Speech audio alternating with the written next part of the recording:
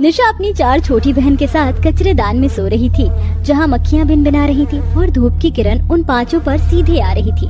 तभी कूड़े से भरी गाड़ी भी आ जाती है। अरे ओ लड़कियों, चलो उठो उठो उठो उठो उठो उठो। अरे ये तो उठती ही नहीं है। पता नहीं इतनी गर्मी में इस गंदगी भरे कूड़े कचरे में कैसे सो गए ये लोग। खैर मुझे क्या, मुझे अपना कचरा फेंक कर जाना है। गाड़ी वाला सारा कचरा खाली करके चला जाता है, जिसमें की गंदी बात से वह गरीब 5 बहनें उठ जाती हैं। दीदी कितनी गंदी बात आ रही है। कूड़े में मेरी तो फ्रॉक भी गंदू गंदू हो गई है। ये मुझको माँ ने दिलाई थी। फिर 5 साल की पूजा अपनी फ्रॉक को देख देख कर बहुत रोती है। उसके संग में 4 बहनें सोनी, करिश्मा, रवीना, निशा भी उदास हो जाती है, क्योंकि वह सबसे छोटी थी। रो मत पूजा, तुम्हारी दीदी है ना, मैं तुम्हें नई फ्रॉक दिला दूंगी। झूठ झूठ झूठ, तुम सिर्फ और सिर्फ झूठ बोलती हो दीदी। तुम हमारे लिए घर भी नहीं बना पा रही हो। देखो हमें कचरे में सोना पड़ता है, वो भी इतनी गर्मी में। नींद भी नहीं आती है। पूजा अपनी नासमझी में अपनी बड़ी बहन को बहुत कोसती है। पूजा, ऐसा नहीं कहते, ये हमारी बड़ी दीदी हैं। हम काम के लिए जा रहे हैं, अपना ख्याल रखना। इधर तीनों छोटी बच्चियां कूड़ेदान में कचरा बीनती हैं और रवीना, निशा कड़ी धूप में काम ढूंढने आती हैं। दोनों के पैरों में चप्पल तक नहीं थी। ऐसे में धरती भी तवे के जितनी तप रही थी। माँ, दीदी पैर जल रहे हैं। समझ सकती हूँ बहन, लेकिन पैसे भी तो नहीं हैं। दोनों एक जूस पानी की दुकान पर आती हैं। जयराम जी की भैया जी। अरे लड़कियों, खबरदार जो मेरे सामने हाथ फैला रहा, हमारे सामने हाथ फैला भी मत देना। चलो भागो, 1 रुपया भी भीख नहीं दूंगा। नहीं नहीं भैया जी, आप गलत समझ रहे हैं। हम तो यहाँ काम मांगने आए हैं। हम दोनों पर हमारी 3 छोटी अनाथ बहनों की जिम्मेदारी है। चोर जैसी तो शक्ल है दोनों की। चलो भागे ऐसे। दुकानदार दोनों अनाथ बहनों के बिगड़े हुलिया को देखकर डांट कर भगा देता है। बाकी सब लोग भी ऐसा ही करते हैं।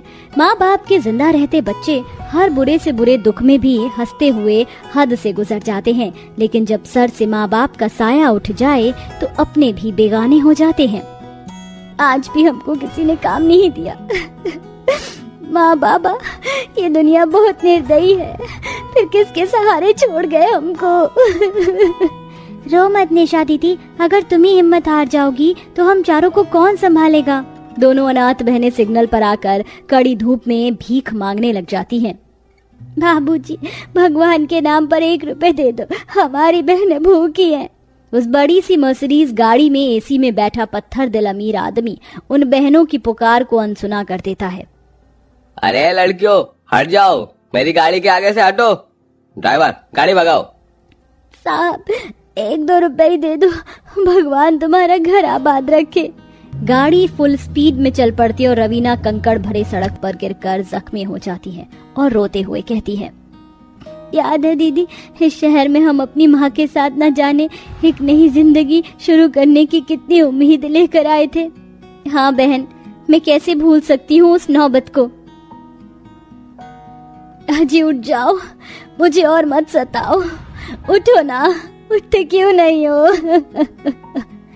लगता है इसे पति के जाने का गम लग गया है। बड़ा जुल्म किया है ऊपर वाले ने। पता नहीं अकेले 5-5 बेटियों को कैसे पालेगी। सविता के सामने उसके पति धर्मेंद्र की लाश पड़ी थी। वह बस सुध-बुध होकर रोती जा रही थी। उसके संग में उसकी 5 बच्चियां भी बाबा बाबा कहकर रो बिलख रही थी।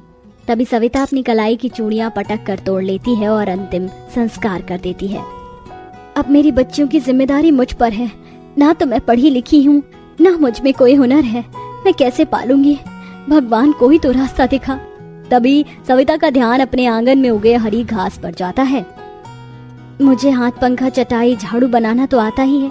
क्यों ना इस घास से मैं ये सब बनाकर बेचूं।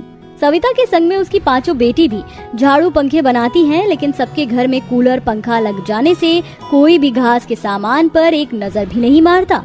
वो सब चिलचिलाती गर्मी में बाजार में बैठी बैठी रहती हैं। कई दिनों भूखे रहने के बाद सविता अपनी 5 बेटियों का साथ लेकर गांव से शहर आ जाती है। अब हम यहीं कमाएंगे, खाएंगे बच्चियों, पर मुझे पहले काम धाम ढूंढना होगा। निशा, अपनी 4 बहनों का ध्यान रखना। सविता धूप गर्मी में कई दिन के भूखे हालात में काम ढूंढने जाती है, जहां आती जाती गाड़ियों के बीच में वह चक्कर खाकर गिर जाती है और उसको एक गाड़ी मारकर चली जाती है। अगले 2 दिन तक उसकी लाश लावारिस की तरह पड़ी रहती है। निशा 2 दिन बाद भी गर्मी, धूप और लू में अपनी बहनों के साथ उसी जगह में बैठी होती है जहां सविता उन्हें छोड़ गई थी। दीदी, माँ कहाँ है? बोलो ना।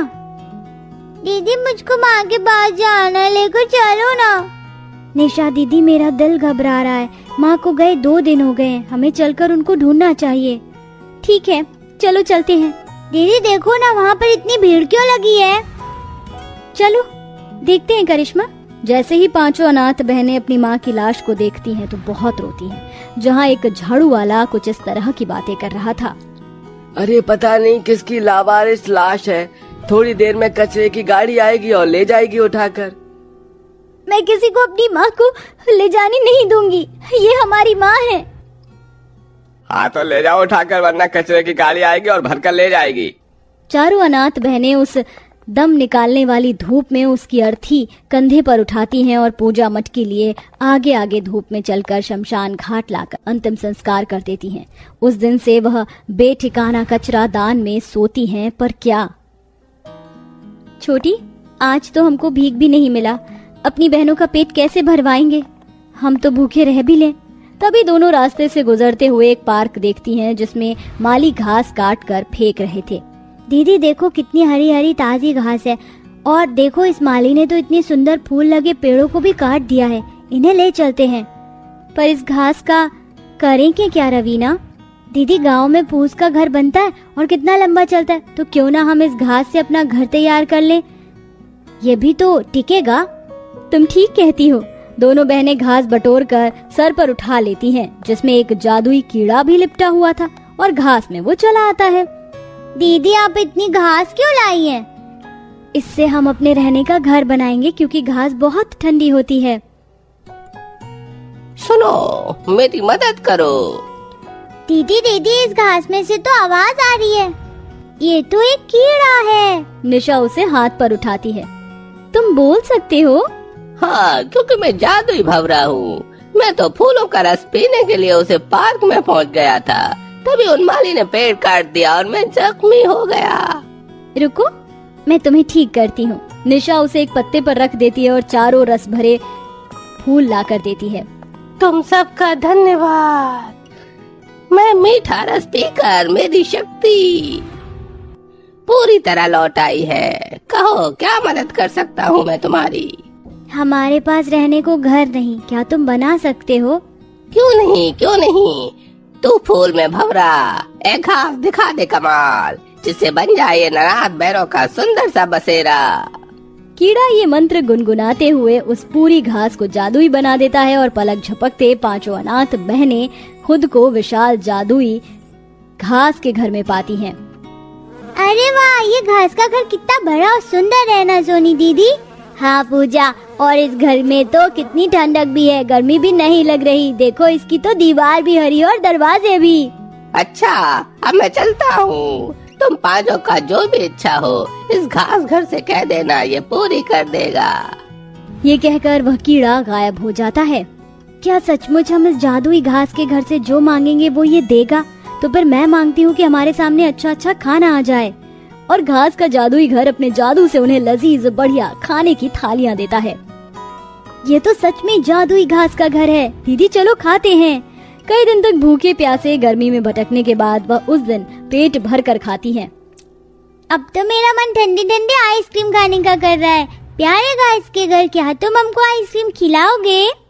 और चमचमाते हुए आइसक्रीम भी आ जाती है। ये तो कमाल हो गया।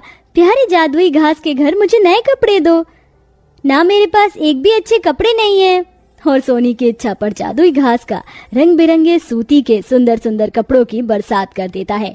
बारी बारी से अपने अपने मनपसंद की खाने पीने की चीज वो मांगती हैं और फर्नीचर भी, जिससे उनका घर और भी ज्यादा सुंदर हो जाता है।